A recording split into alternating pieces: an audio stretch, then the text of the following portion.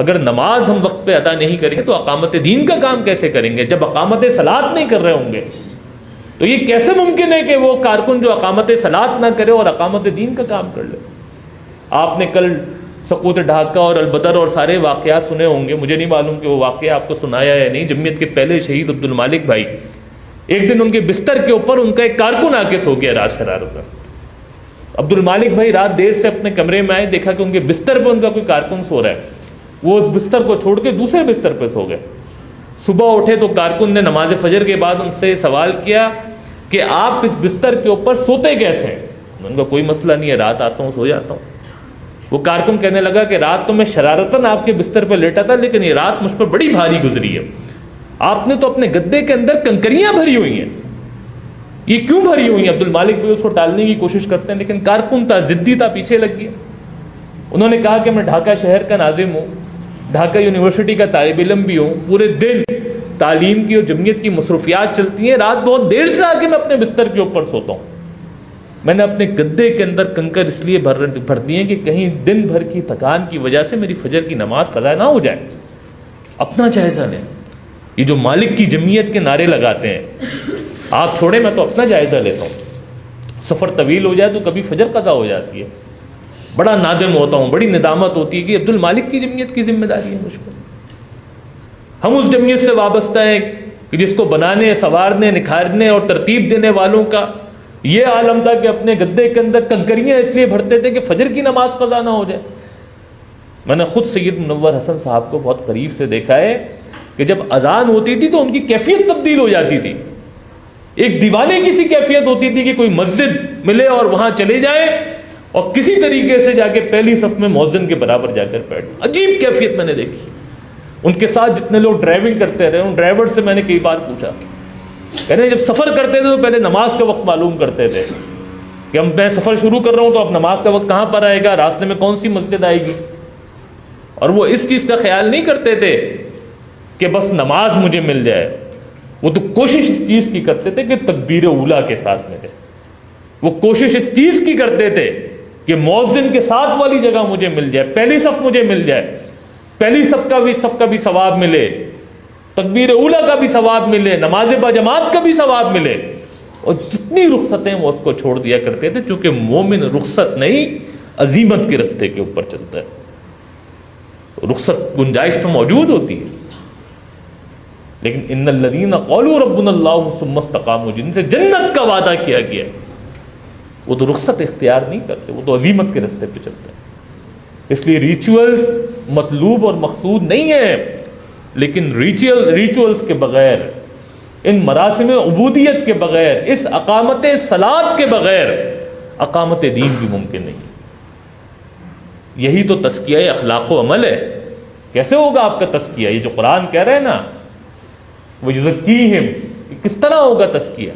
یہ جو اخلاق اور عمل کا تزکیہ ہے، یہ نماز کے ذریعے سے ہوگا۔ اللہ کے حضور پوچھتے ہیں صحابہ سے کہ اگر تمہارے گھر کے باہر سے کوئی نہر گزرتی ہو، دن میں 5 بار تم اس نہر میں نہاتے ہو، کیا یہ ممکن ہے کہ تمہارے جسم کے اوپر کوئی میل موجود رہے؟ صحابہ کرام کہتے ہیں نہیں، ممکن نہیں ہے، پاسبل نہیں ہے۔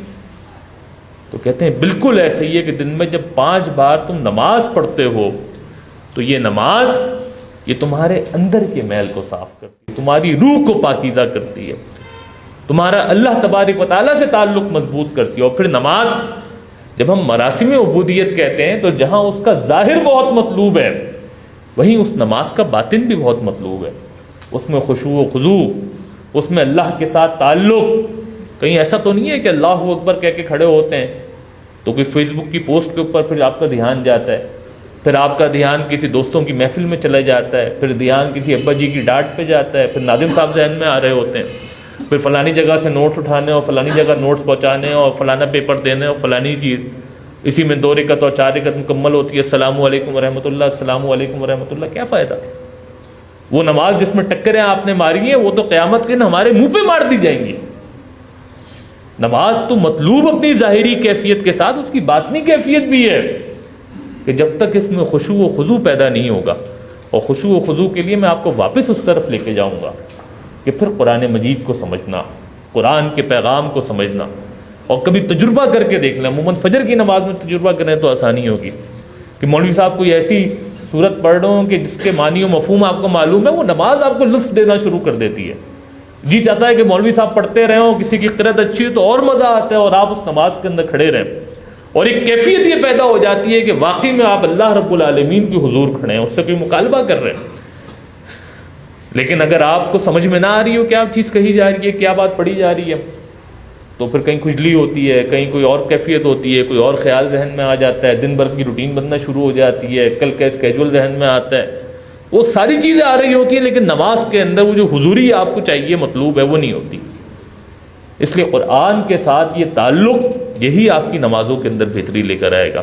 اور نماز کے حوالے سے وہ صحیح حدیث تو آپ نے سنی ہوگی کہ نماز میں اللہ تبارک و تعالیٰ، وہ جو اللہ کے حضور کی حدیث ہے کہ جب بندہ مومن نماز کے لیے کھڑا ہوتا ہے تو میں اپنی پوری رحمت کے ساتھ اس کی جانب متوجہ ہو جاتا ہوں. کہاں ہماری حیثیت، کہاں ہم گناہ گار بندے، اور کہاں اللہ تبارک و تعالیٰ کہہ رہے ہیں کہ جب بندہ مومن نماز کے لیے کھڑا ہوتا ہے تو میں اپنی پوری رحمت کے ساتھ اس کی جانب متوجہ ہو جاتا ہوں. پھر وہ کہتا ہے کہ الحمدللہ رب العالمین، تو میں اپنے فرشتوں سے کہتا ہوں کہ دیکھو میرے بندے نے میری تعریف کی ہے. پھر وہ کہتا ہے کہ الرحمن الرحیم، تو میں کہتا ہوں دیکھو اس نے میری حمد بیان کی ہے. پھر وہ کہتا ہے کہ مالکی یوم الدین، تو میں کہتا ہوں کہ دیکھو میرے بندے نے میری شان بیان کی ہے. پھر جب وہ کہتا ہے کہ ایاک نعبد و ایاک نستعین، تو میں کہتا ہوں کہ یہ میرے اور میرے بندے کے درمیان آدھی آدھی ہو گئی ہے. یہی تو وہ مکالمہ ہے جو ہم نماز میں کرتے ہیں. لیکن اگر ہم میں یہ شعور ڈیولپ نہ ہو کہ ہم اللہ تبارک و تعالیٰ کے ساتھ مکالمہ کر رہے ہیں اور نماز پڑھ کے گزر جائیں اور نماز ہماری طبیعت کے اوپر کوئی اثر ہی نہ ڈالے، تو اس کا مطلب یہ ہے کہ ظاہری کیفیت میں تو ہم نے کوئی ایکسرسائز کر لی ہے، یہ ہماری روح کی پاکیزگی کا سبب نہیں.